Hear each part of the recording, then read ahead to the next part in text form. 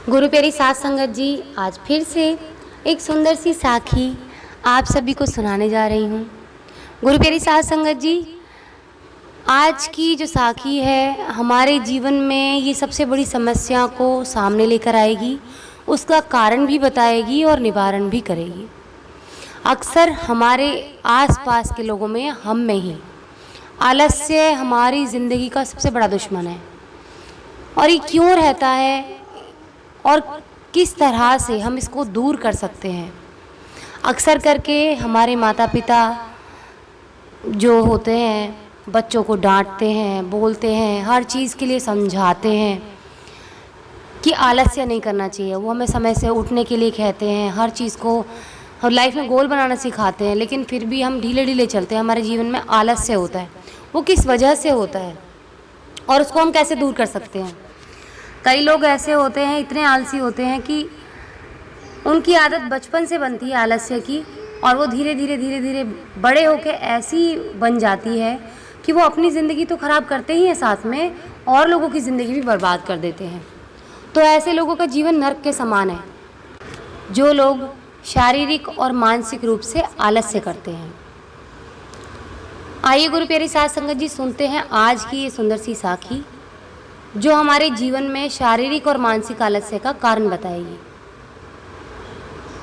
बहुत से लोगों की ज़िंदगी इसके कारण खराब हुई है और अभी भी हो रही है।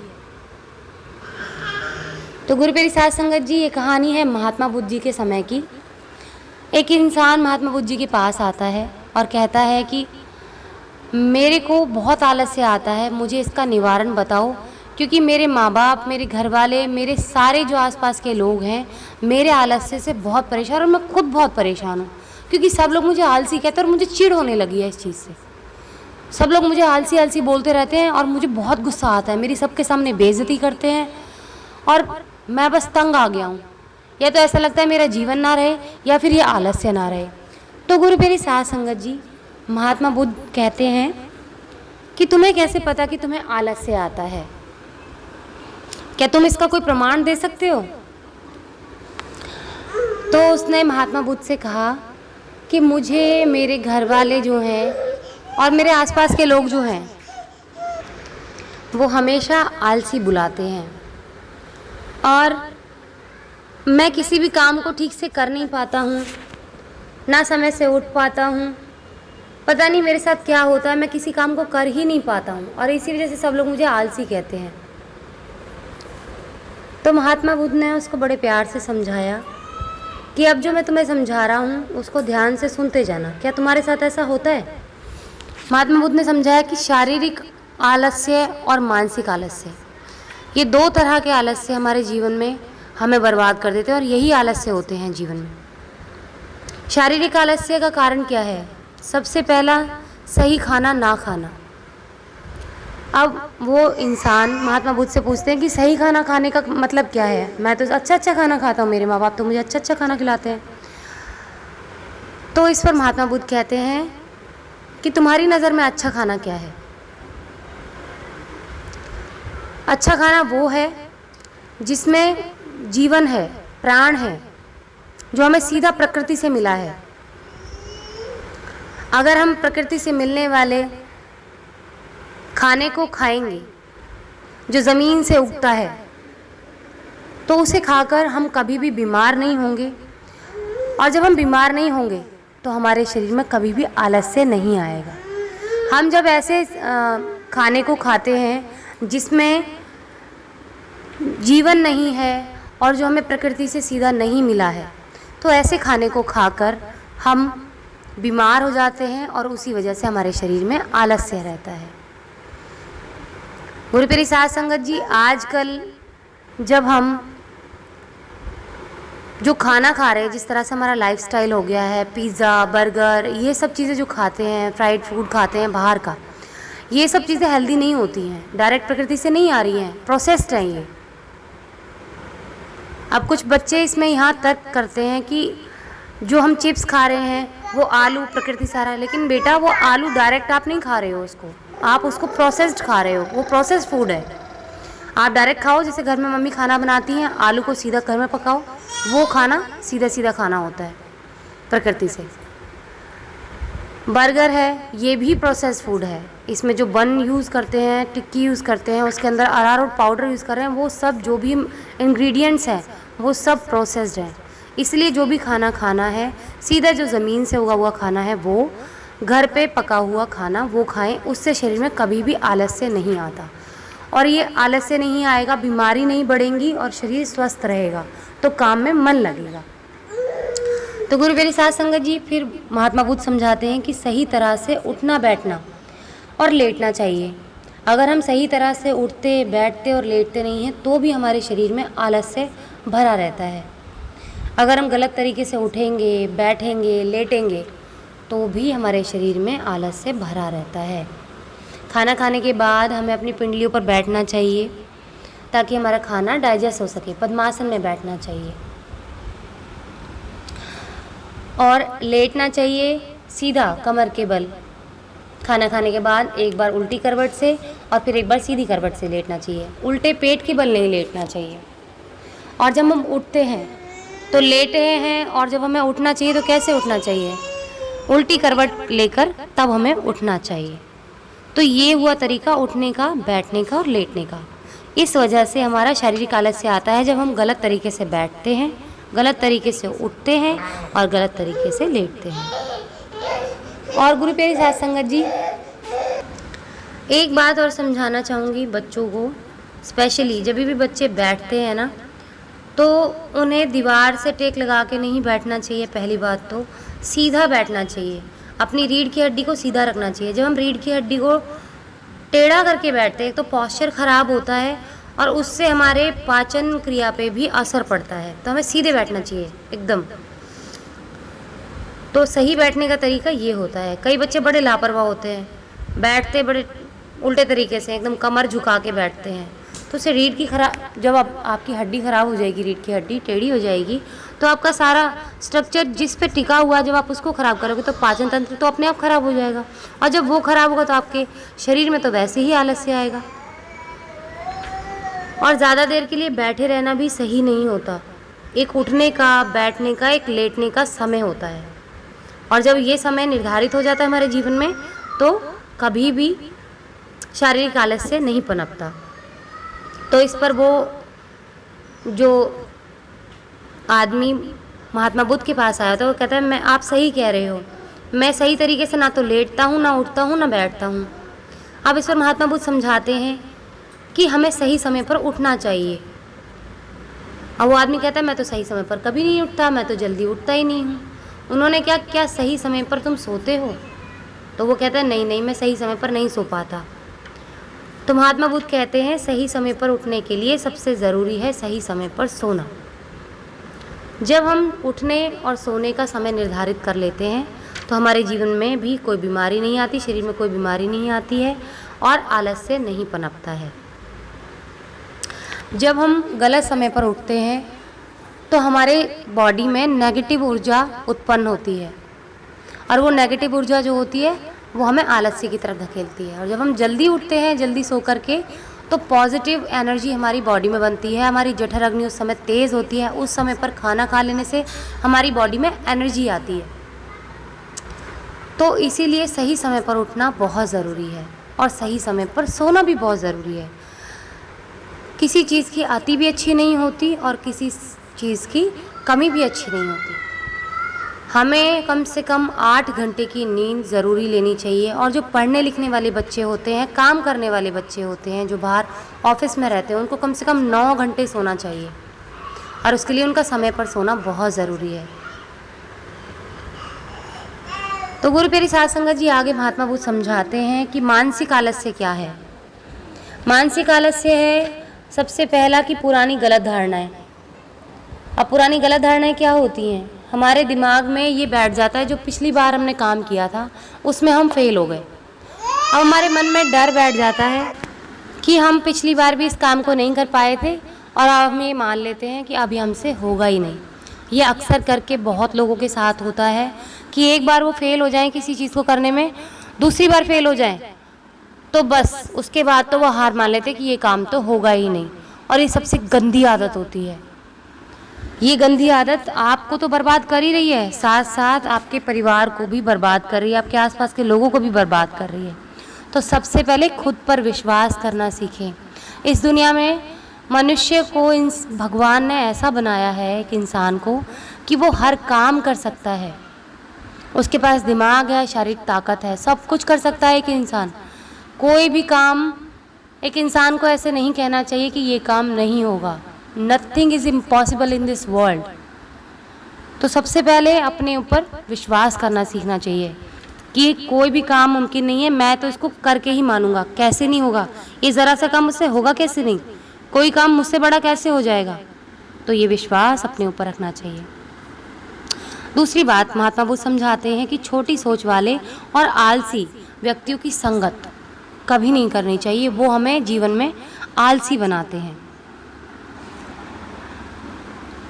पहला वो उन्होंने समझाया कि पुरानी गलत धारणा भी हमें आलसी बना देती हैं कि हम पहले फेल हो गए, दूसरी बार भी फेल हो गए, बस अब हमसे नहीं होगा, और वो आलसी हो जाते हैं, फिर उसको काम को करते ही नहीं हैं। दूसरा वो समझाते हैं कि आप अगर छोटी सोच वाले और आलसी लोगों के साथ बैठते हैं तो भी आप आलसी हो जाते हैं। तो इसलिए आप छोटी सोच वाले और आलसी लोगों की संगत को छोड़ दें।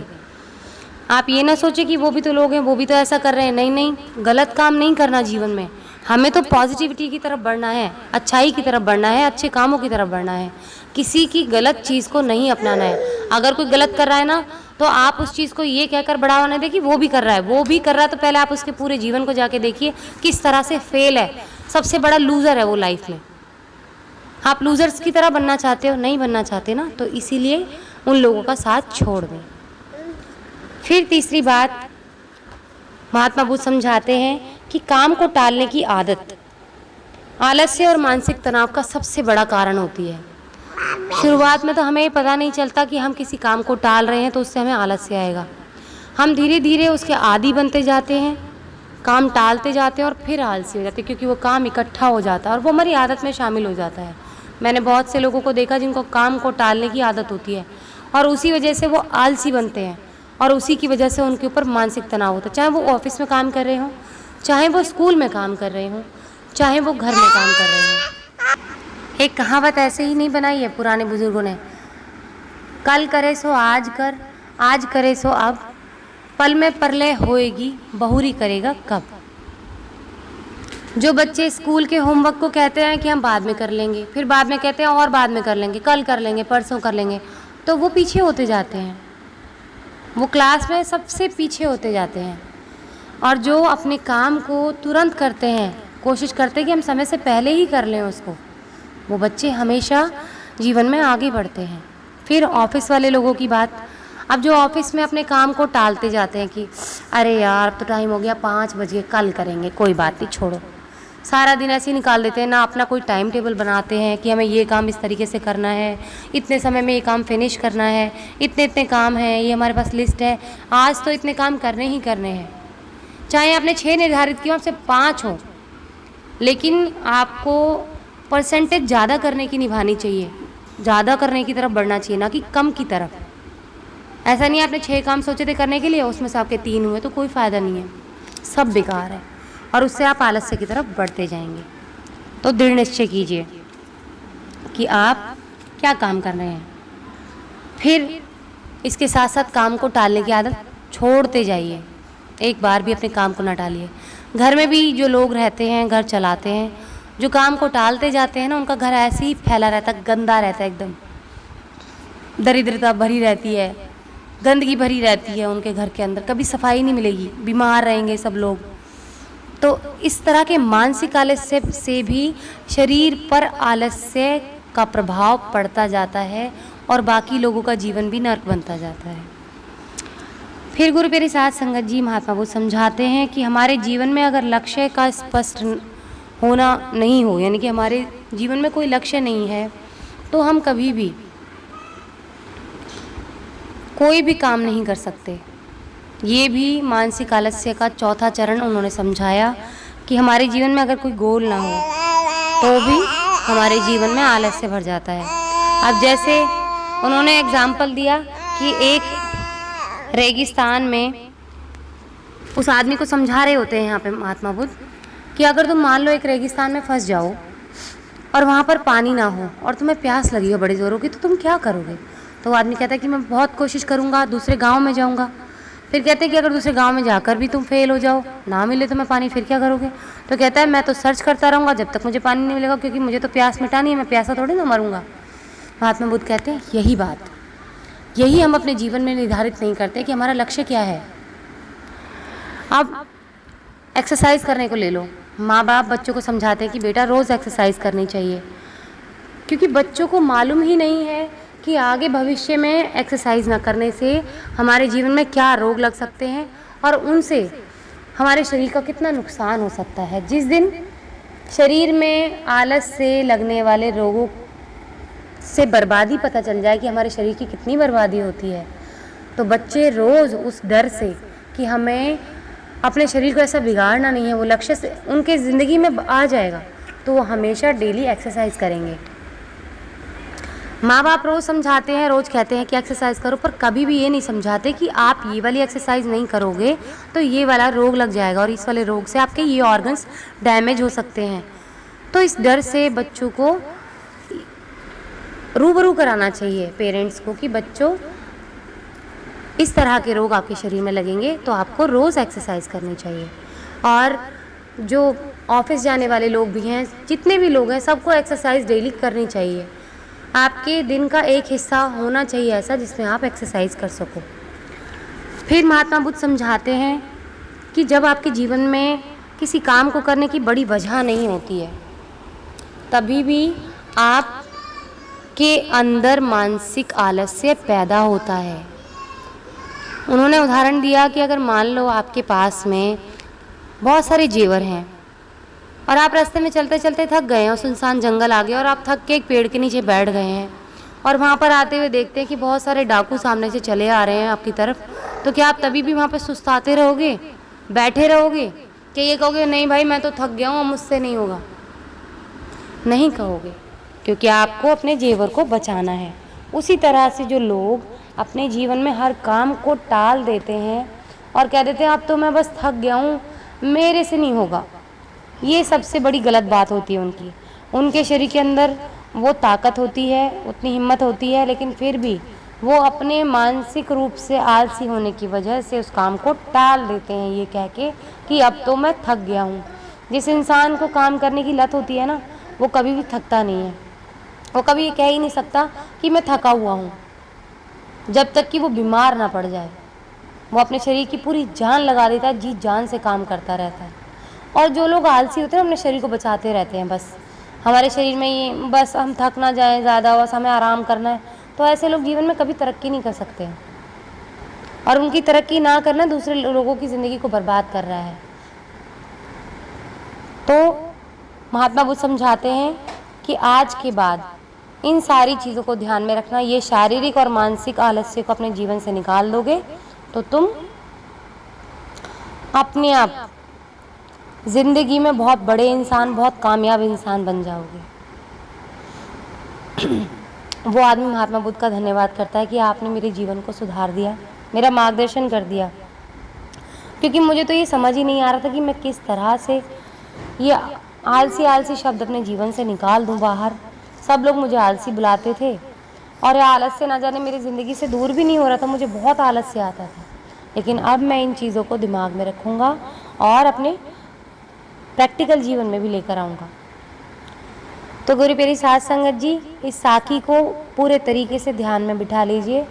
अगर आपने इसको फॉलो किया तो आप कभी भी आपके ना शरीर में आलस्य उत्पन्न होगा, ना ही कभी आपके दिमाग में आलस्य आएगा। आप हमेशा एनर्जेटिक रहेंगे, हमेशा। तो गुरु प्यारी साध संगत जी, आज इसी के साथ इस सुंदर सी साखी को यहीं समाप्त करना चाहती हूँ।